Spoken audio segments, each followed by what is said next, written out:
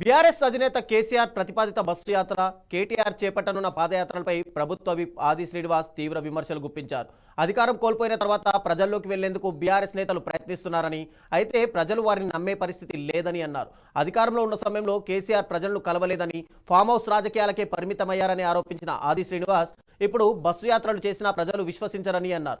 Municipal, parliament ఉప ఎన్నికల్లో BRS పరిస్థితి ప్రజలకు స్పష్టమైందని పేర్కొన్న ఆయన భవిష్యత్తులో ఆ పార్టీకి పోటీ చేసే అభ్యర్థులు కూడా దొరకరని విమర్శించారు. బీజేపీ, బీఆర్ఎస్ మధ్య కుమ్మక్కు రాజకీయాలు సాగుతున్నాయని ఆరోపిస్తూ రెండు పార్టీలు కలిసి వచ్చినా కాంగ్రెస్ను ఎదుర్కోలేవని అన్నారు.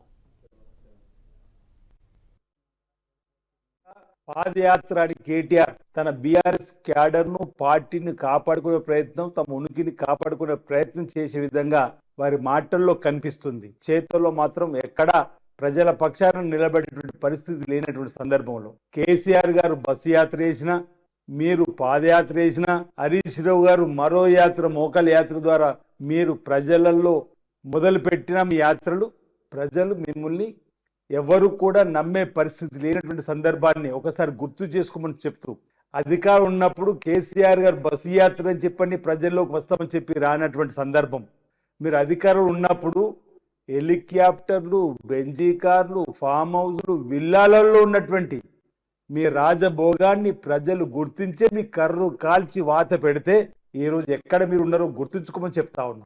ఈరోజు ఇందిరమ్మ రాజ్యం ప్రజాపాలనలో ఓవైపు అభివృద్ధి, ఓవైపు సంక్షేమం జరుగుతున్నటువంటి వేళ ముందు మీ తండ్రి గారిని ఫామ్ హౌస్ నుంచి బయటకు తీసుకొచ్చే ప్రయత్నం చేయి. ప్రతిపక్ష నేతగా ఈరోజు ఈ ప్రభుత్వానికి సూచనలు, సలహాలు ఇవ్వాల్సింది పోయి అధికారంలో ఉన్న రోజు ఆ 10 ఏళ్ళు ప్రగతి భవన్ ఫామ్ హౌసే, ప్రతిపక్ష నాయకుడు ఉన్నప్పుడు ఫామ్ హౌసే.